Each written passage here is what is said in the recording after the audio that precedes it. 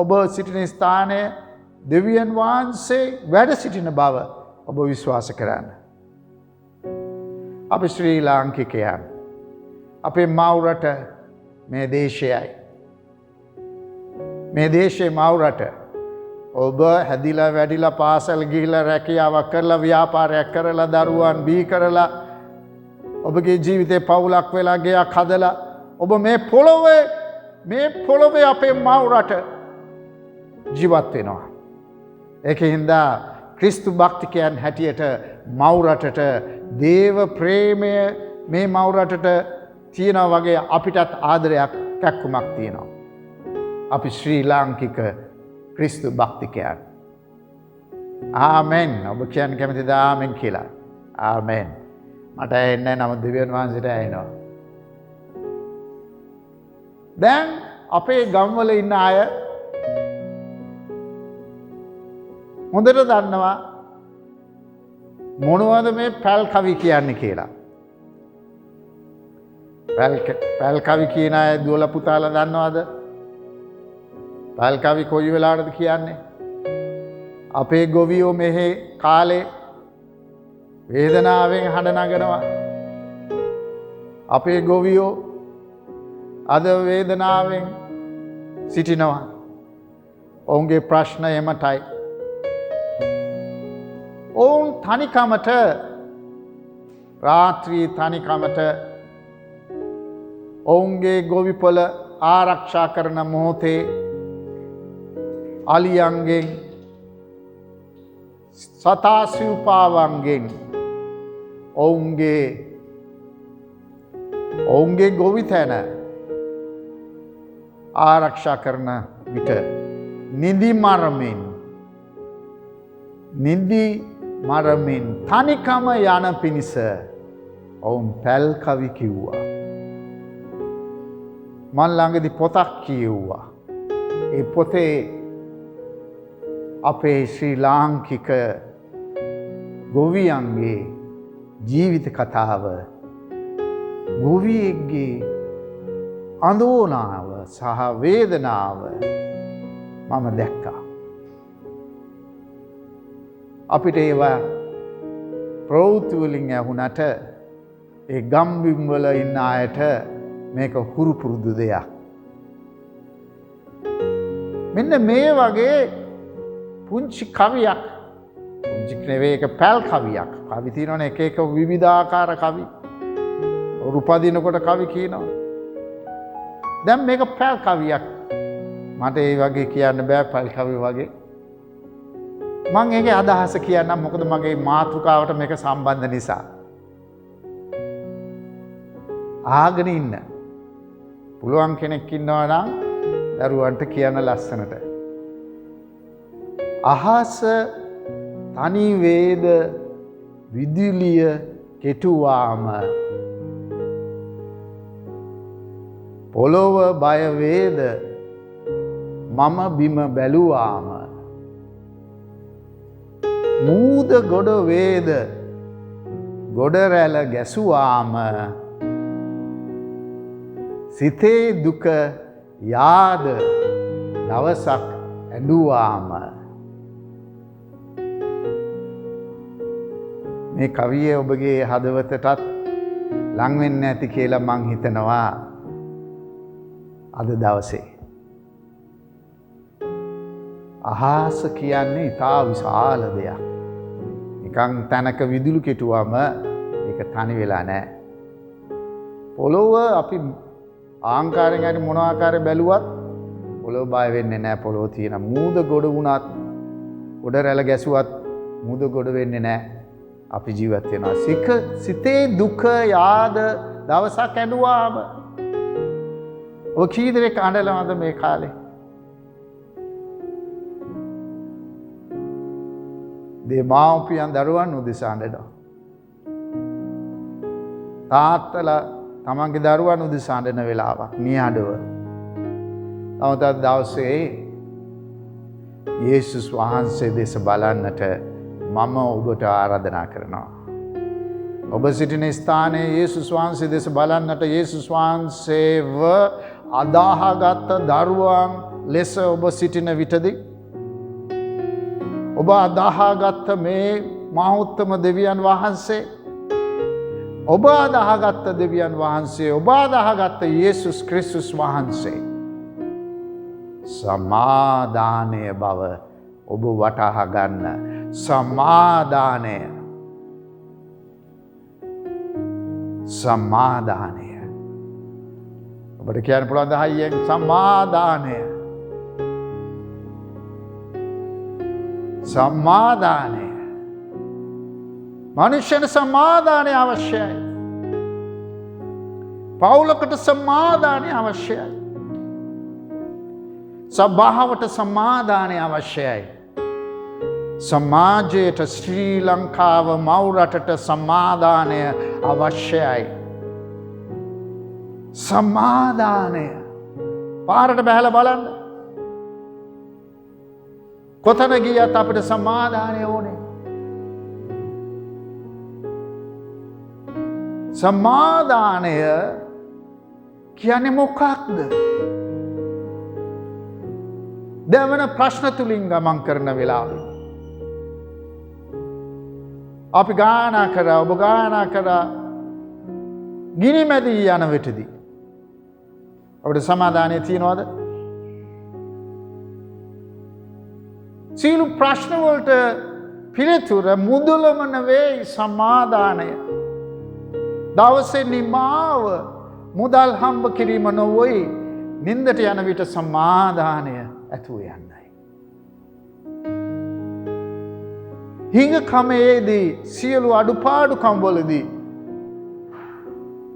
අපිට වැදගත් වන්නේ එකිනෙකා අතර තියෙන බැඳීම පවත්වාගෙන යන්නට සමාදානය. වෘද්ධට කියනවා අපි ඔබට සමාදානය වේවා. පුරුද්දට කියනවා මිනි පෙට්ටේ පිට්ටනියේ ඕනෑම පුද්ගලයෙක්, ඕනෑම දරුණු පුද්ගලයෙකුට මොනතරම් ද්වේෂකම් කරලා නපුරුකම් කරලා භූගත කරනකොට ඔහුගේ ශරීරය සමාදානයෙන් සැතපෙන්න. මැරුණට පස්සේ මොකටද සමාදානය? සමාදානය අවශ්‍ය ඔබටයි මටයි යේසුස් ක්‍රිස්තුස් වහන්සේ තුළ. සමාදානයෙන් අපිට ජීවත් වෙන්න ඕනේ. සමාදානය තිබුණොත් තමයි අපිට එකිනෙකා සමග සමාදානය ඇති කරන්න පුළුවන්. යේසුස් දෙවියන් වහන්සේ සමාදානයයි. දැන් ඒ සමාදානය කියන්නේ එක වචනයක් පමණක් නෙවෙයි, ඒක පුද්ගලෙක්. බයිබලයේ සඳහන් කරන පුද්ගලෙක්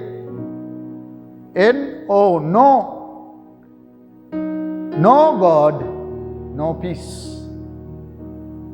no God, no peace. දෙවියන් වහන්සේ නැති විට සමාදානය නැහැ. ඒක ඇත්ත. ඒක අපි සමාදානය කිව්වම දෙවියන් වහන්සේ කියලා කියන්නේ. ලෝකයේ දෙවියන් වහන්සේ හඳුනගත්තේ නැත්නම් එතන සමාදානයක් නැහැ. ඔබ මේ සමාදානයේ පණිවිඩය අසලා තියෙනවා. ඔබ යේසුස් ක්‍රිස්තුස් වහන්සේ තමන්ගේ ගැලවුම් කාර්යය ලෙස පිළි අරගත් අවස්ථාවේදී ඒ සමාදානය ඔබගේ හදවත තුලට ආවා. ඊට පස්සේ ඔබ KNOW, no God. දෙවියන් වහන්සේ හඳුන ගන්නවා. Then you know peace. No God, no peace. KNOW, no. දෙවිඳුන් අඳුනගත් විට සමාදානයක් ඇති වුණා. මේකයි වැදගත්කම. ඔබටත් මටත් වෙන අයමෙන් පාරේ ගමන් කරනකොට, වෙන අයමෙන් ප්‍රශ්න කරදර ගිනිදැල් මැද ජල මැද යන වෙලාවේදී ඔබටත් මටත් දෙවියන් වහන්සේට ජීවමාන දෙවියන් වහන්සේට සජීවීව සම්බන්ධ විය හැකි. දැන් අපි සජීවීව අන්තර්ජාලය මගින් හමු වෙනවා වගේ. ඒ දිව්‍යමය සම්බන්ධතාවය ඔබ තුල ඇති වෙලා තිබෙනවා ක්‍රිස්තුස් වහන්සේ නිසා. දෙවිඳුන්ගෙන් තොරව අපට අවශ්‍ය සමාදානය සහ සතුට ලබාගත නොහැකිය. දෙවිඳුන්ගෙන් තොරව අපට අවශ්‍ය සමාදානය සහ සතුට ලබාගත නොහැකිව. මාගේ දෑතින් උපයාගත් මුදල, ඔබගේ දෑතින් උපයාගත් මුදල, ඔබ ගොඩනගාගත් දේවල්, ඔබ දරාගත් සියල්ල දිනක නැති වෙලා යනවා. හැම දෙයක්ම නැති වෙලා යනවා. නමුත් දෙවිඳුන්ගේ දෑතට බාර දුන් සියල්ල ඔබට සදාකාල උරුමයක් ලෙස ඔබට පවතින්ට යනවා. හාලෙලූයා. ඔබ කී දෙනෙක් දන්නවද ඔබගේ ජීවිතයේ දෙවිඳුන්ගේ දෑත මත තබන වෙලාවේදී ඔබ සදාතන සමාදානයකට හිමිකම් කියනවා. ඔබගේ ජීවිතයේ යේසුස් ක්‍රිස්තුස් වහන්සේට බාර දුන්න අවස්ථාවේදී ඔබ සදාතන සමාදානයකට ඔබ හිමිකම් කියනවා.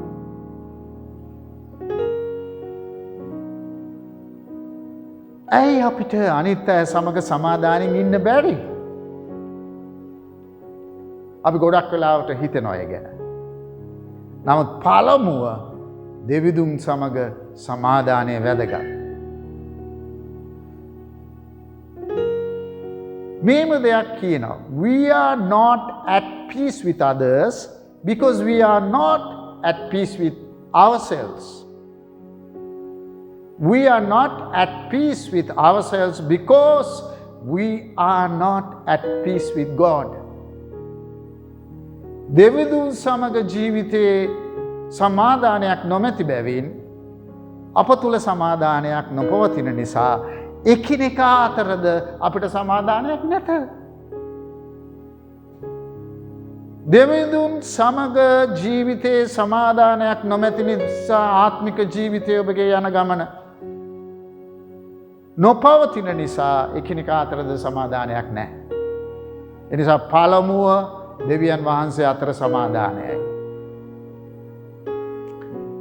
දෙවෙනුව එකිනෙකා අතර සමාදානය. හලෙලූයා.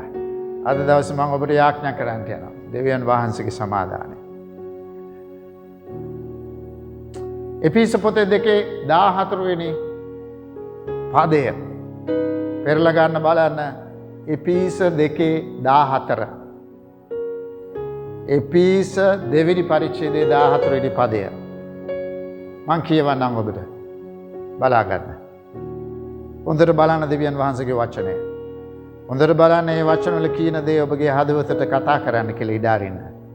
ශුද්ධාත්මයන් වහන්සේ ඔබ සමග සිටිනා මේ වෙලාවේ ඒ වචනය ඔබගේ හදවත තුල නිදහස් කරන්නට. එපිස 2:14. මක්නිසාද වෙන් කිරීමේ මැද බිත්තිය බිඳ දමා ඒ සතුරුකම නැමැති නියෝගවල අන්තර්ගත වූ ආඥාවල ව්‍යවස්ථාව තමන්ගේ මාංශය නැතිකොට දෙගොල්ල එක්කල උන්වහන්සේම අපේ සමාදානයව සිටිසේක. එසේ කළේ සමාදානය කරමින් තමන් තුළ දෙගොල්ලෝ එක අලුත් මනුෂ්‍යෙක් කොට මවන පිණිසත්. දැන් මොකදින්ද වෙන් වෙලා ඇත්තේ? ඇයි අපි ඈත් වෙලා ඉන්නේ? ඇයි අපි වාද ભેද ඇති වෙලා තියෙන්නේ? ඇයි අපි දුරස්ව සිටින්නේ? ඇයි? යේසුස් ක්‍රිස්තුස් වහන්සේ කල්වරි කුරුසේ මැරුණේ ඒ බිත්තිය වෙන් කරන බිත්තිය කඩා බිඳ දමන්න. එදා කල්වරි කුරුසේ උන්වහන්සේ මැරෙන වෙලාවේදී උන්වහන්සේ මැරුණේ මනුෂ්‍යයා දෙවියන් වහන්සේත් අතර ඇති වෙන් කරන පාපය වෙන් කරන හැම දෙයකටම දරාගෙන යේසුස් ක්‍රිස්තුස් වහන්සේ කල්වරි කුරුසට ගියා. එකාතකින් දෙවියන් වහන්සේගේ පියාණන් වහන්සේගේ අත අල්ලගෙන. අනිත් අතෙන් ඔබේ අත අල්ලගෙන පියාණන් වහන්සේ වෙතට ඔබ සමගි කරා. මේක තමයි සමාදානය. මක්නිසාද වෙන් කිරීමේ මැද බිත්තිය බිඳ දැම්මා.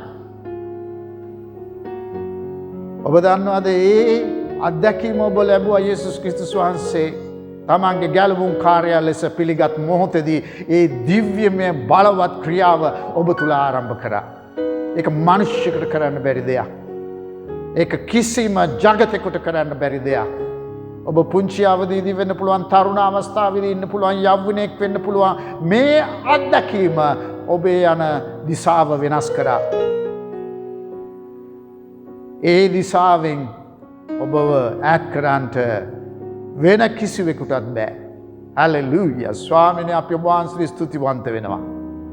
අද දවසේදී ඒ වෙන් වෙලා තිබුණ සම්බන්ධතාවය, ඒ විරුද්ධ වෙලා තිබුණ සම්බන්ධතාවය, ඈත් වෙලා තිබුණ සම්බන්ධතාවය ක්‍රිස්තුස් වහන්සේගේ කල්වරි කුරුසේ කනකොටගෙන, උන්වහන්සේගේ පූජාව කනකොටගෙන, උන්වහන්සේ ඔබවත් මාවත් දෙවියන් වහන්සේ සමග, පියාණන් වහන්සේ සමග එකට සමගි කරනු ලැබුවා. සුද්ධාත්මයන් වහන්සේ කනකොටගෙන. ඒක ඔබ විශ්වාස කරන්න ඕනේ. එහෙම නැතුව ඔබගේ දෙපා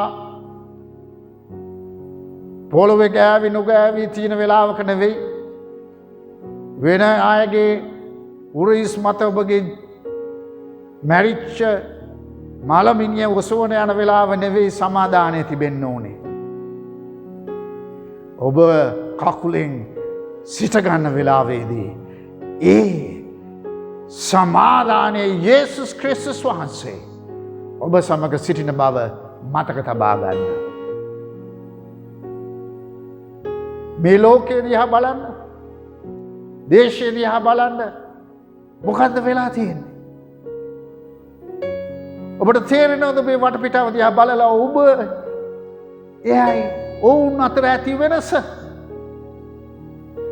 ඔවුන් දකින්නවද ඒ වෙනස? ඔවුන්ට පුළුවන් ද ඔබගේ පවුලේ වෙනස දකින්න? ඔවුන්ට පුළුවන් ද ඔබගේ ජීවිතයේ වෙනස දකින්න? අන්න ඒ කුරුසියේ පූජාව කරනකොටගෙනයි ඒ වෙනස ඇති කරන්නේ ඔබගේත් මගේ ජීවිතයේ. ඒක සදාතන ස්ථිර ගිවිසුමක්. හලෙලූයා. ප්‍රශංසා වේවා. ඇයි අපි එකිනෙකා අතර සමගියක් නැත්තේ? ඇයි අපි එක්කෙනා කුලල් කාගන්නේ? තිබෙන නීති මදිද? යහපත් ප්‍රතිපත්ති මදිද? ඇයි අපිට ආදරය සෙනෙහස දක්වන්නේ නැත්තේ? ඇයි අපි එකිනෙකාට දක්වන්නේ නැත්තේ? ඇයි අපිට යහපත් ස්වාමියෙක් වෙන්න බැරි? ඇයි ඔබට බිරිඳක් වෙන්න බැරි? ඇයි සහෝදර සහෝදරයෙක් වෙන්න බැරි? ඇයි දරුවෙක් වෙන්න බැරි? මොකක්ද? කුමක්ද ඔබට බාධාවක් වන්නේ? මාංශය? ඔව්, මාංශය. ඒක ක්‍රිස්තියානි වචනයක්. අපි සාමාන්‍ය විවාහාරයේදී පාවිච්චි කරන්නේ මමත්වය. බයිබලයේ තිබෙන්නේ මාංශය. එදා ක්‍රිස්තුස් යේසුස් වහන්සේ මාංශයට ඇනගසන්ට, යුදෙවරුන්ට, සොල්දාදුවන්ට